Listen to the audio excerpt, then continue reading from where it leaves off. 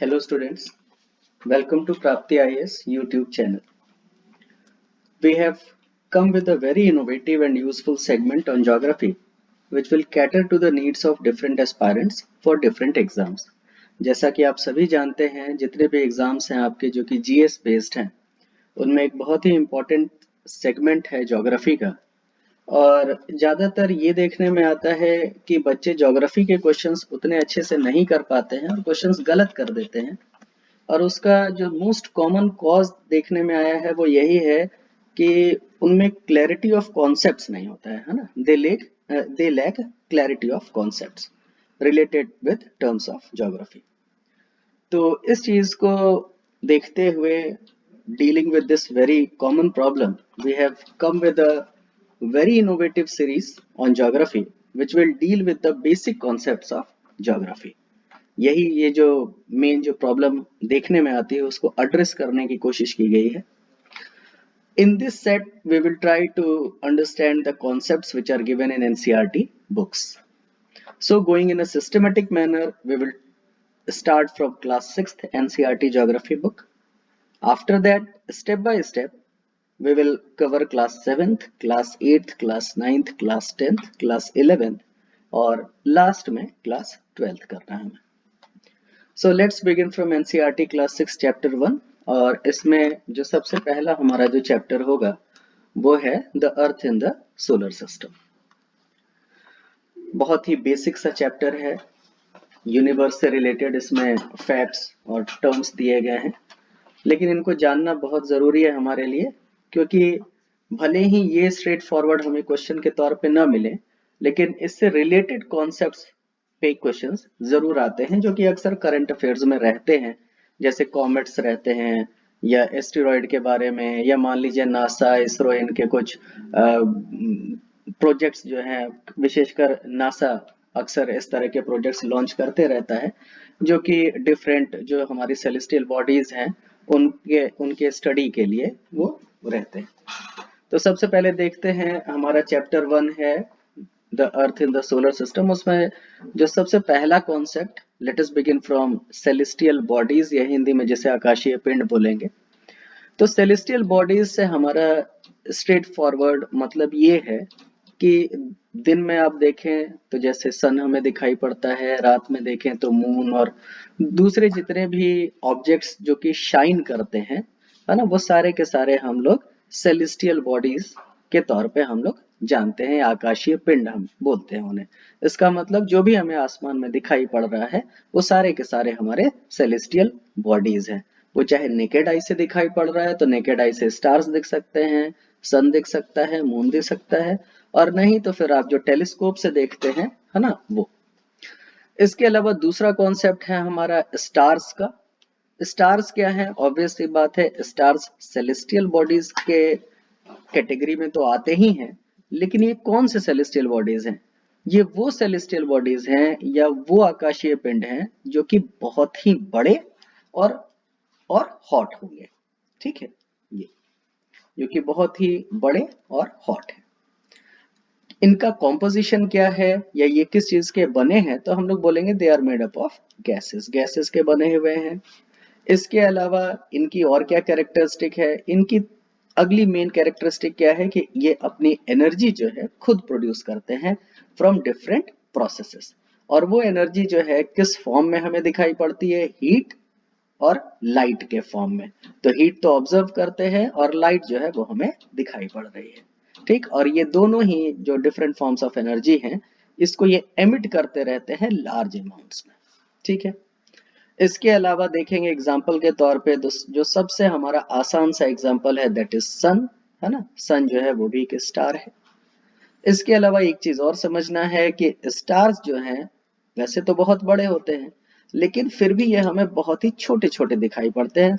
Reason सिर्फ इतना है कि ये बहुत ही दूर हैं हमसे, इसलिए ये बहुत छोटे दिखाई पड़ते हैं। इसके बाद देखिएगा हमारी बुक में अगला टर्म दिया गया है फुल मून का। फुल मून नाइट या जिसको हम लोग हिंदी में पूर्णिमा बोलेंगे।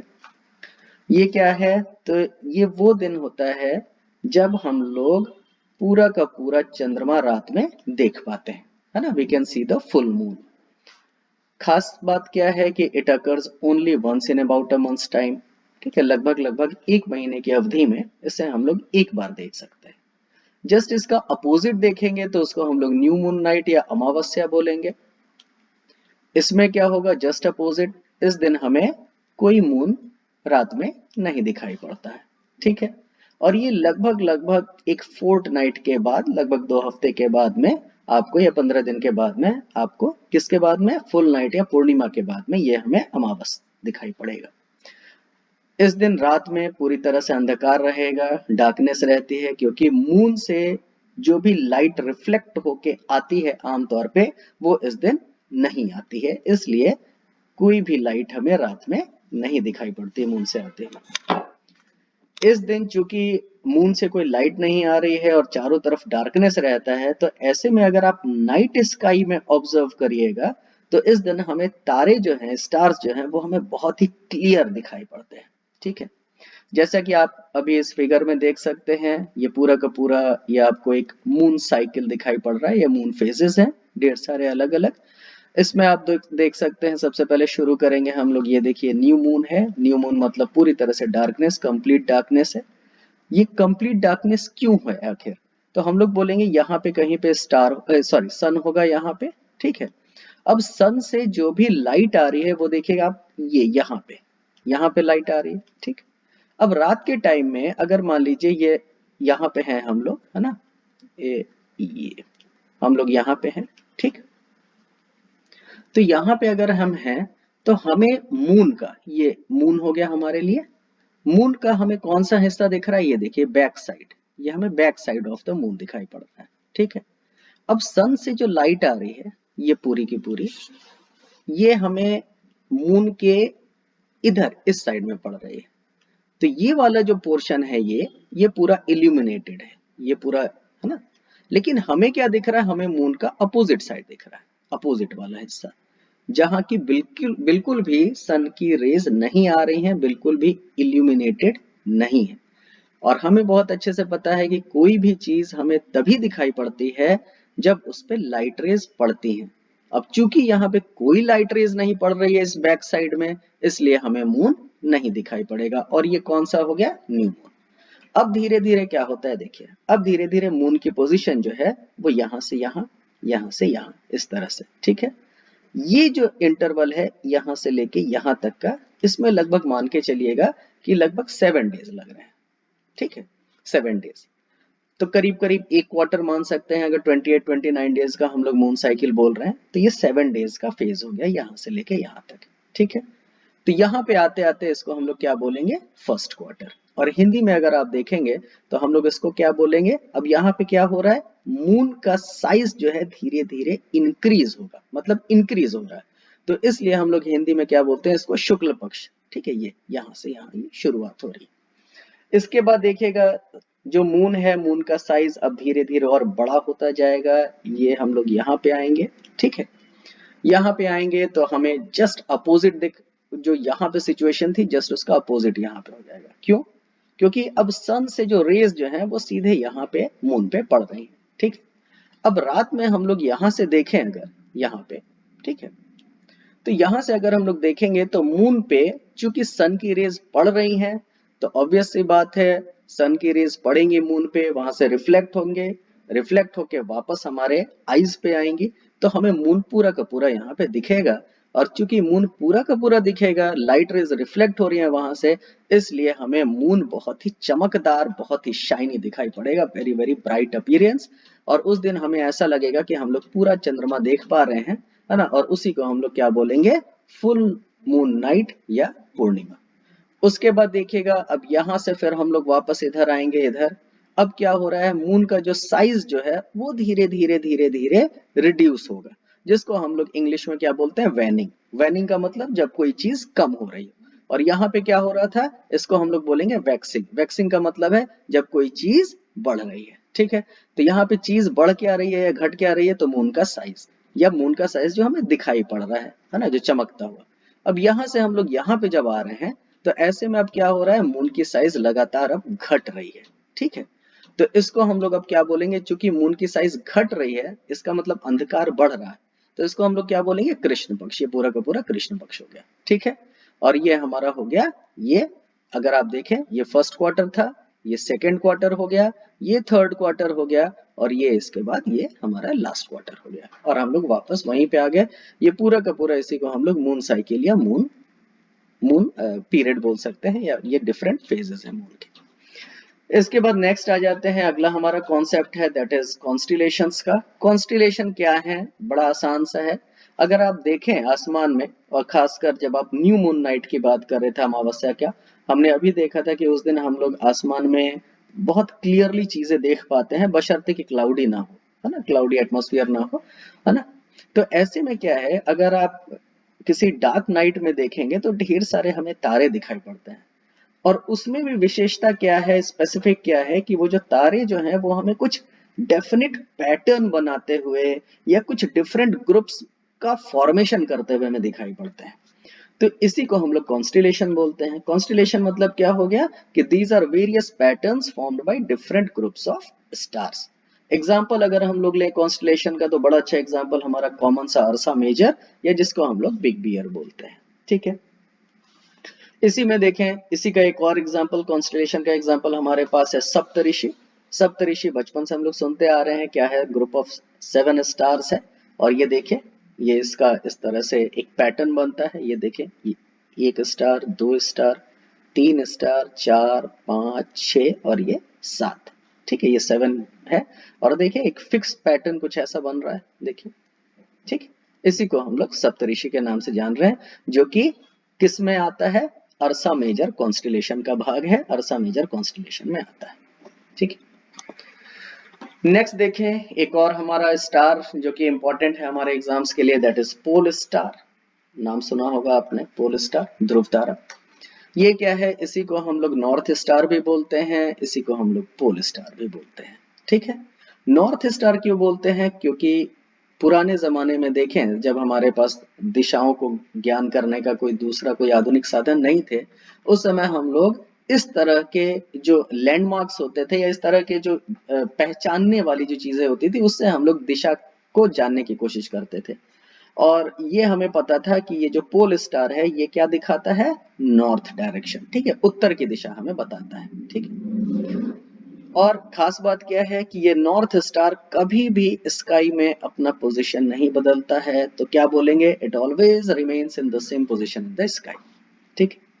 और इसकी सहायता से हम लोग क्या कर सकते हैं, देखिए, we can locate the position of the pole star with the help of Saptarishi. अगर देखें सप्तऋषि की पोजीशन आप देख सकते हैं, ये सप्तऋषि है ना। अब देखिएगा, अगर आपको पोल स्टार लोकेट करना है तो कैसे कर सकते हैं, ये देखिए सप्तऋषि में ये वाले जो 2 स्टार्स हैं, इससे सीधी एक लाइन खींचेंगे हम लोग, है ना, और ये आ गए हम लोग ये पोल स्टार के पास में, ठीक है। नेक्स्ट देखिएगा, इसी चैप्टर में हमारे पास कुछ एलिमेंट्री चीजों में कुछ इंट्रोडक्टरी हमें बताया गया है प्लैनेट्स के बारे में, है ना। तो प्लैनेट्स क्या है, देखिए, the word planets comes from the Greek word planetai, है ना। तो प्लेनेट जो है वो एक ग्रीक वर्ड ओरिजिनली जिसका नाम था, जिसको हम लोग बोलते हैं प्लेनेटाई। प्लेनेटाई से ही प्लेनेट वर्ड जो है वो डिराइव किया गया है। और ये जो प्लेनेटाई है, प्लेनेटाई का मतलब क्या होता है, वॉन्डरर्स, ठीक है, वॉन्डरर्स। प्लेनेट की अगर आप देखें खासियत क्या है, तो अभी हमने थोड़ी देर पहले देखा था स्टार्स। स्टार्स की खासियत थी कि they have their own source of energy. यहाँ पे क्या है, प्लैनेट्स उनसे पूरी तरह से डिफरेंट हैं स्टार से, इस मायने में कि प्लैनेट्स की अपनी कोई source of heat and light या अपनी कोई सोर्स ऑफ एनर्जी नहीं होती, है ना। तो आखिर प्लैनेट्स चमकते कैसे हैं, या प्लैनेट्स में जो शाइनिंग जो है, शाइनी अपीयरेंस वो कैसे आती होगी, तो ऑब्वियस सी बात है, जो स्टार्स होंगे अगल बगल में, है ना, उनसे जो भी लाइट आती है, लाइट रेज, वो प्लैनेट्स पे आती है और वो रिफ्लेक्ट होता है, और रिफ्लेक्ट होकर फिर हमें वही दिखाई पड़ता है। तो हमें ऐसा लगता है कि प्लैनेट्स जो है चमक रहे हैं, जबकि ऐसा नहीं है ना। प्लैनेट्स की अपनी कोई source of heat and light नहीं होती है, ठीक है। हमारा जो अपना अर्थ है वो किससे लाइट रिसीव करता है, ऑब्वियस सी बात है, it receives light from the sun, ठीक है। तो इसीलिए अगर आप देखें, अगर कभी मौका मिले किसी को, है ना, आप में से, और अगर आप कभी मून पे जाएंगे, तो मून से अर्थ को अगर आप देखिएगा तो कैसा दिखेगा, शाइनी शाइनी अपीयरेंस मिलेगा, कोई डार्क वैसा नहीं दिखेगा, ठीक है। तो प्लेनेट में देखें हमारे बुक में क्या और दिया है, अर्थ जो है, अर्थ के बारे में आगे कुछ चीजें बताई गई हैं। अर्थ जो है एग्जाम्पल है प्लेनेट का। और देखिए planets in our solar system, next हमारा टॉपिक्स है। कुल टोटल हमारे 8 प्लैनेट्स हैं एट प्रेजेंट, पहले 9 हुआ करते थे, प्लूटो को बाहर कर दिया गया। तो 8 प्लैनेट्स जो हैं उनमें कौन कौन से हैं, उसको याद करने का तरीका क्या है। तरीका देखिए आप नीचे दिया हुआ है। My very educated mother just served us noodles, इसमें एम माई मरकरी, उसके बाद वेरी का वी देखिएगा, ये आपका वीनस है। इसके बाद एजुकेटेड का ई देखिए, ई से अर्थ है, मदर में एम से मार्स, जस्ट जे इसका जुपिटर जे हो गया, सर्व्ड जो है एस ये इधर सैटर्न आ गया, अस यू इधर यूरेनस है, एन जो है इधर नेपच्यून हो गया। और ये सीरियल ऑर्डर में है, ठीक है, ये सीरियल ऑर्डर में है, ठीक है। इसके बाद नेक्स्ट देखेंगे कुछ स्पेसिफिक, हालांकि आगे अभी हम लोग इसमें बहुत ज्यादा डिटेल में नहीं कर रहे हैं प्लैनेट्स के बारे में, क्योंकि हमारा मेन फोकस यही था कि क्लास 6 की एनसीईआरटी में जो दिया गया है बस उसी तक, वहीं तक चीजों को लिमिट रखा जाए। तो क्लास 6 में हमारे जितना दिया गया है सिर्फ हम लोग उतना ही कर रहे हैं। तो इसमें कुछ चीजें दी गई हैं मरकरी के बारे में, जैसे मरकरी में बताया गया है कि Mercury is nearest to the sun, एक पॉइंट ये। और इसके अलावा उसका रिवॉल्यूशन पीरियड दिया गया है कि it takes only about 88 days to complete one round along its orbit. इसके अलावा देखिएगा वीनस के बारे में बताया गया है कि Venus is considered as earth twin, है ना। क्यों अर्थ का जुड़वा क्यों बोला जा रहा है, क्योंकि साइज लगभग लगभग वीनस और अर्थ का एक जैसा है और शेप भी लगभग एक जैसा है, इसलिए। ओके इसके बाद नेक्स्ट देखेंगे कि what will be the appearance of the earth if we look at the earth from a great distance से द मून। ये हमने अभी डिस्कस भी किया था इसे, अगर आपको ध्यान हो, कि अगर आप कहीं कहीं भी दूर से अगर आप अर्थ को देखेंगे तो वो कैसा दिखेगा, ये चमकता हुआ ही, है ना, शाइनिंग करता हुआ, ठीक है। तो यहाँ पे हम लोग अपने इस लेक्चर को कंक्लूड कर रहे हैं, और बाकी जो है वो हमारे नेक्स्ट लेक्चर में होगा, तो इसके लिए कल तक वेट करेंगे आप लोग। और चैप्टर 1 में जो भी बाकी बचा हुआ है ये हम लोग अपने नेक्स्ट लेक्चर में करेंगे। अगर आपको ये वीडियो पसंद आया हो तो प्लीज लाइक, कमेंट, शेयर और सब्सक्राइब करें। Thank you.